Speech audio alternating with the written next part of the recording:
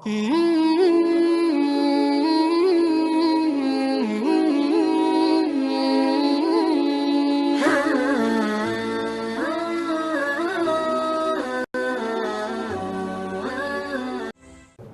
sekarang saya jawab pertanyaan. Pertanyaan yang pertama, apakah berdosa kita orang tua bila anak cucu sulit untuk disuruh sholat? Muru auladakum bisolah, suruh anakmu sembahyang wahum abna'u sab'a sinin, umur 7 tahun. Yang umur 7 tahun angkat tangan? Oh, tak ada.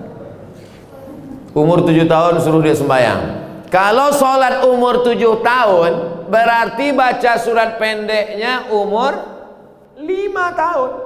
Makanya ibu sambil memasak pagi, sambil memeras santan, sambil menggoreng nasi, Bismillahirrahmanirrahim, Alhamdulillahi Rabbil Alamin,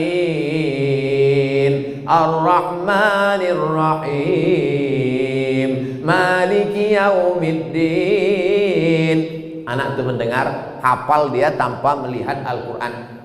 Dia tak bisa baca, tapi dia bisa hafal. Maka nanti umur 7 dia akan sholat. Umur 7, wadribuhum fil asrah. Umur 10 pukul. Pukul dia. Tapi pukulnya tangan tak boleh terlalu tinggi. Jangan sampai patah. Jangan sampai maaf kena alat vital. Jangan sampai lebam. Jangan sampai tali telinga, lepas telinga itu sebelah. Abang, kata bininya, kemana telinga abang? Itu ditarik omak aku dulu tak sembahyang. Nah, oleh sebab itu maka ini penting. Wadribuhum fil asrah. Masukkan dia ke pondok pesantren, SD IT, SMP IT, SMA IT. Yang tahan berpisah dengan anak, masukkan ke pesantren boarding school. Yang tak tahan berpisah, masukkan full day. Di Medan banyak, masuk pagi, jemput sore. Tidak ada yang bisa mengontrol, mengawal anak-anak kita ini selain benteng terakhir pendidikan anak-anak kita adalah sekolah agama. Sudah disekolahkan agama, sudah dikasih makan halal, sudah dikasih tunjuk ajar, sudah dinasehati, tak juga kita sudah tidak kurang usaha. Wala taziru waziratu wizra ukhra. Kita tidak memikul dosa orang lain. Bapak tak memikul dosa anak, ibu tak memikul dosa cucu, dosa tanggung masing-masing. Tapi kalau tak dididik dengan baik, tak sholat mereka, tak puasa mereka, pacaran mereka, LGBT mereka, maka ibu dan bapak berdosa karena menyia-nyiakan amanah. Alhamdulillah, masjid penuh, anak-anak datang. Alhamdulillah, tuh anak-anak banyak datang. Jangan takut ibu, jangan takut berdosa karena sudah dibawa anak ini ke masjid. Mana yang lebih kita dulukan? Kewajiban kita sama Allah atau sama suami? Kasihlah contoh. Kalau pertanyaannya umum, gimana saya mau jawab? Allahu Akbar, Allahu Akbar, kata azan. Datang lakinya, kau buatkan aku dulu kopi. Mana yang lebih didulukan? Ibu sholat atau membuatkan dia kopi? Ini tak akan terjadi. Kenapa? Karena bapak itu pasti ke masjid sebelum azan. Mana mungkin dia minum kopi orang azan? Tapi ibu dapat Fir'aun, inilah.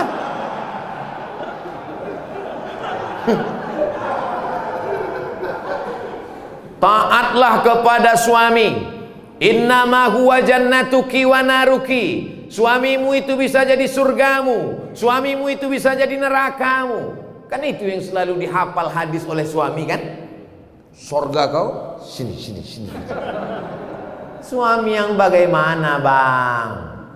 Ibu mesti cerdas sikit. Kasih tahu dia suami yang ke masjid bang, dia ke masjid.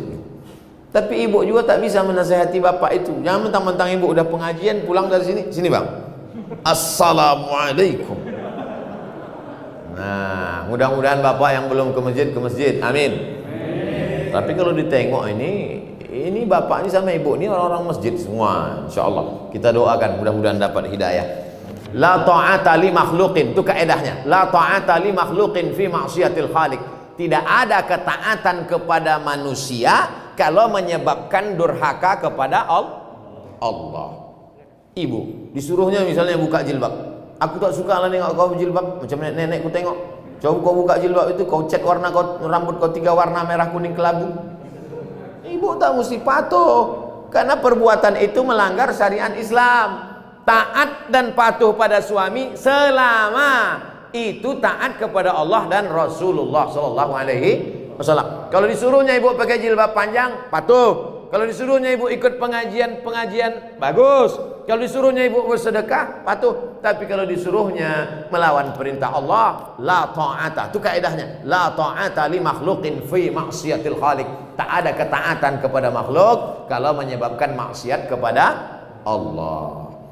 Ustadz, apakah kita terlalu khawatir dengan virus COVID ini bisa merusak akidah kita, Pak Ustadz?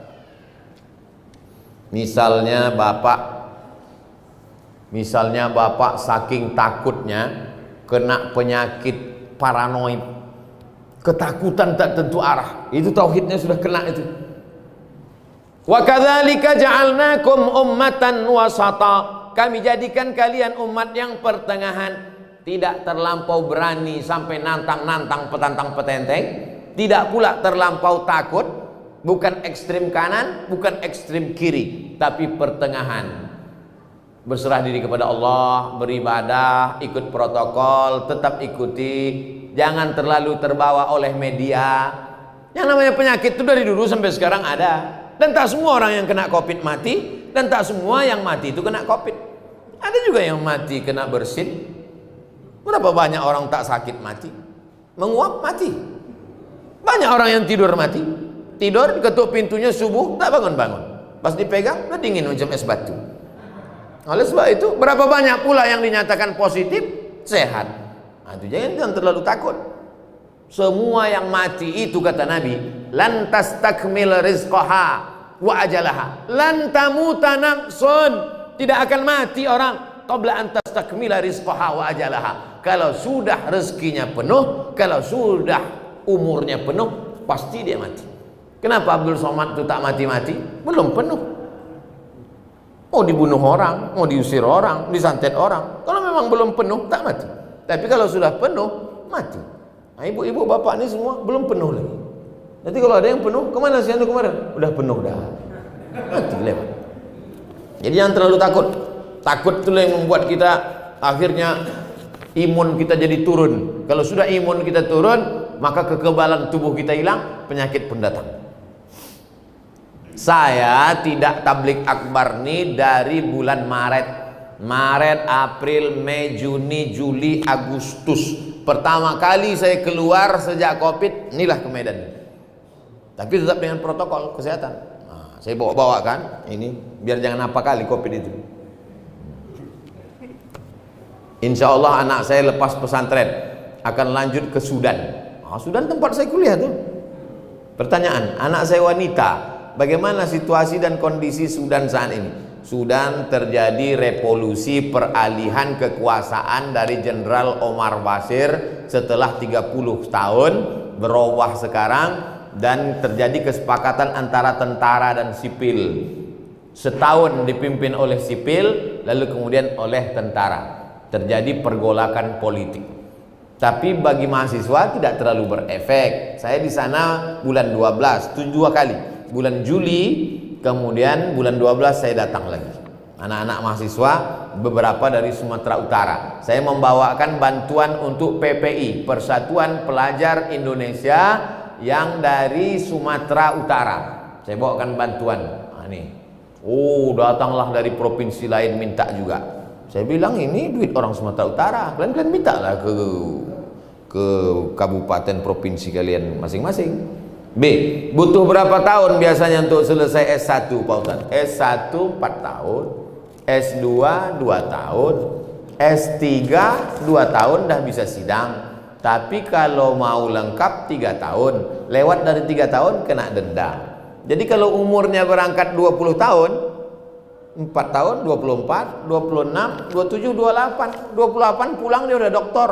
Tidak macam saya, udah 43 baru doktor. Judulnya akhirnya doktor juga. Tapi jadilah daripada tidak sama sekali. Pesantren anak saya saat ini dapat program beasiswa ke Sudan. Apa saja yang harus kita persiapkan untuk menuju ke situ Pak Ustadz?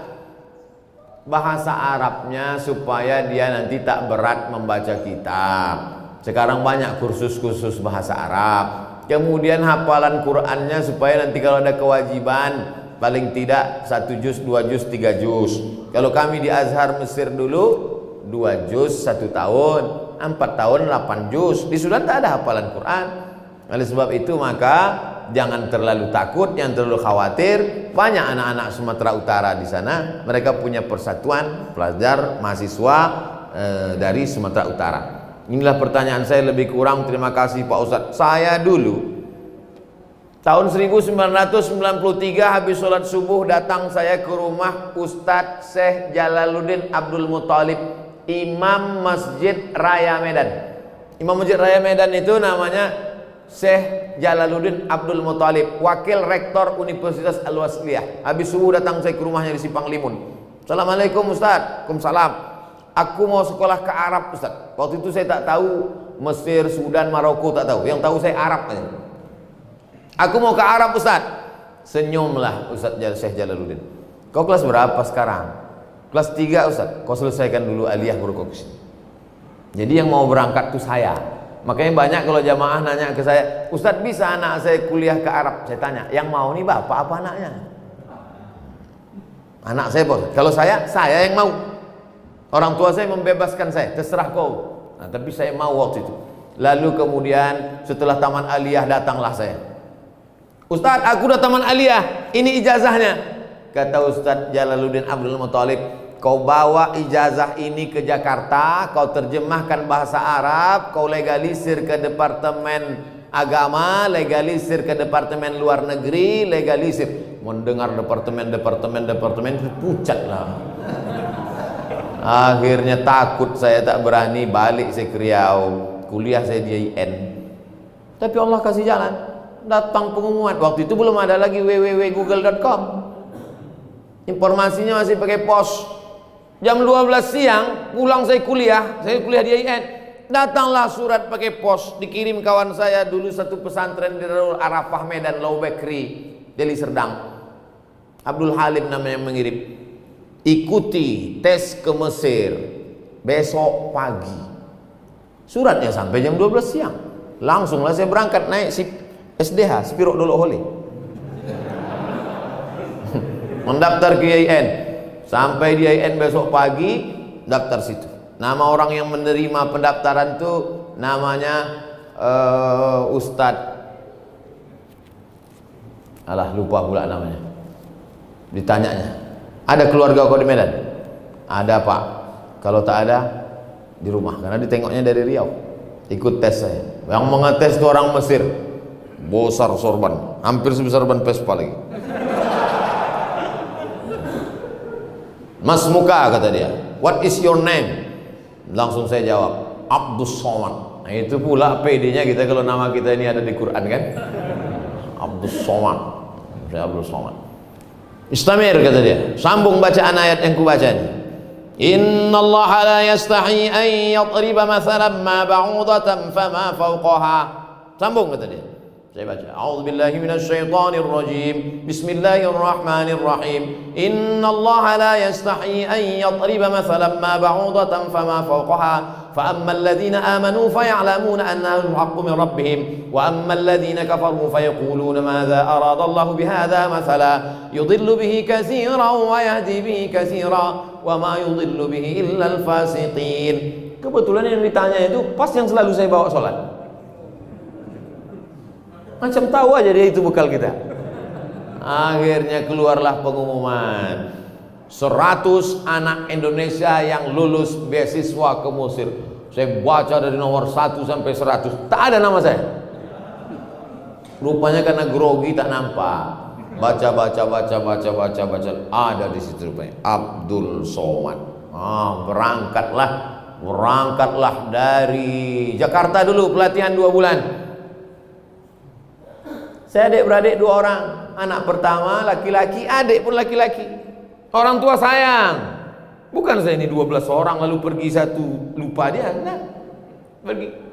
Kata mak saya tak sampai hati dia melepas. Tapi ada bang mak saya, uak saya, kata dia, kalau ada yang melarang kau pergi, harimau mati meninggalkan belang, manusia mati meninggalkan nama. Kau nanti mau meninggalkan nama baik apa nama buruk? Kata dia.